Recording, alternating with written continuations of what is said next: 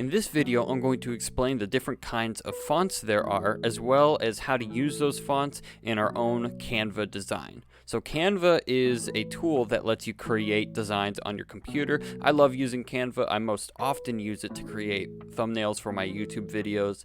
To use Canva, you can just go to canva.com and sign up with your Google account. And though we're not going to make some thumbnails, we're going to create our own design. Click on Create a Design and custom size for that design. And the one I like to work with is 400 by 225 pixels. And so it's going to create a design with that exact size. What I'm going to do is drag some text onto the design. So I'm going to click on the text box here. And you can choose between a heading, subheading, or a smaller body of text, but really the only difference between these is the font size. So I'm just going to work with heading for now. I'm going to drag this in the middle. You can move it around by using the arrows here, and you can change the color by clicking on the text color button and choosing any one of these colors or a custom color here.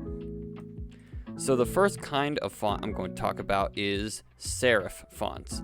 So a serif font is a font where the letters have little feet at the end of them. So let's select a serif font. I'm going to click on the font and look for serif. Serif is not a font, it is simply a style of font. So I'm going to choose Droid Serif as an example. I've never heard of that font before, but it is a serif font. And you can tell it's a serif font because when I zoom in, you can see the feet on the ends of these letters. Like the A is a really good example. It ends with these flat little feet at the bottom. The D's also have it at the bottom and top. This lowercase a has it, the H's have it. That's a serif font, where the letters have feet on them.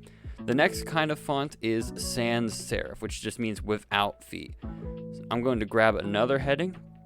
And actually the default font is Canva Sans. Sans is just being short for sans serif. And I'm going to zoom in here so you can see the difference. You can see that the letters are much straighter on the sans serif font, and they have no flattened feet at the bottom.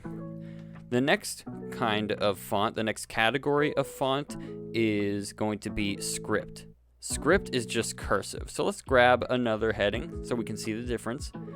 And once again, these are categories of fonts, not actual font names. So when I type in script, it's going to give multiple cursive font options. And I'm going to just choose this one here. It doesn't really matter to me. Actually, it does matter to me because that one looks pretty bad. I'm going to choose this one. That one looks better. And you can see it obviously looks way more elegant than the other fonts. And it looks like it was written somewhat in cursive there. That is a script font. The last category is slab serif. So that is a serif font, but the letters are all really, really thick.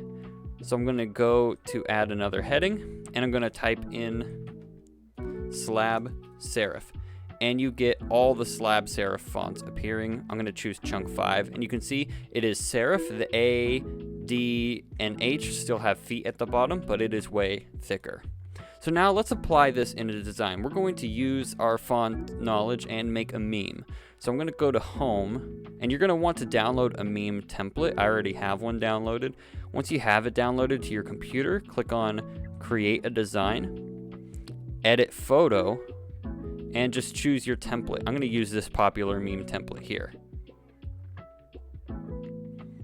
Now, once it loads up, click on Use in a Design so we get the exact same menu as before. And now, what your job is you're going to create a caption for whatever meme template that you use. And you're going to get to decide which font looks the best for you. So go ahead and think of your meme caption, and then choose which one of those 4 categories of fonts you're going to like the best with this caption here. And finally, once you're done with making your meme, you can click on the share button, download, and it will download to your computer. Thank you for watching.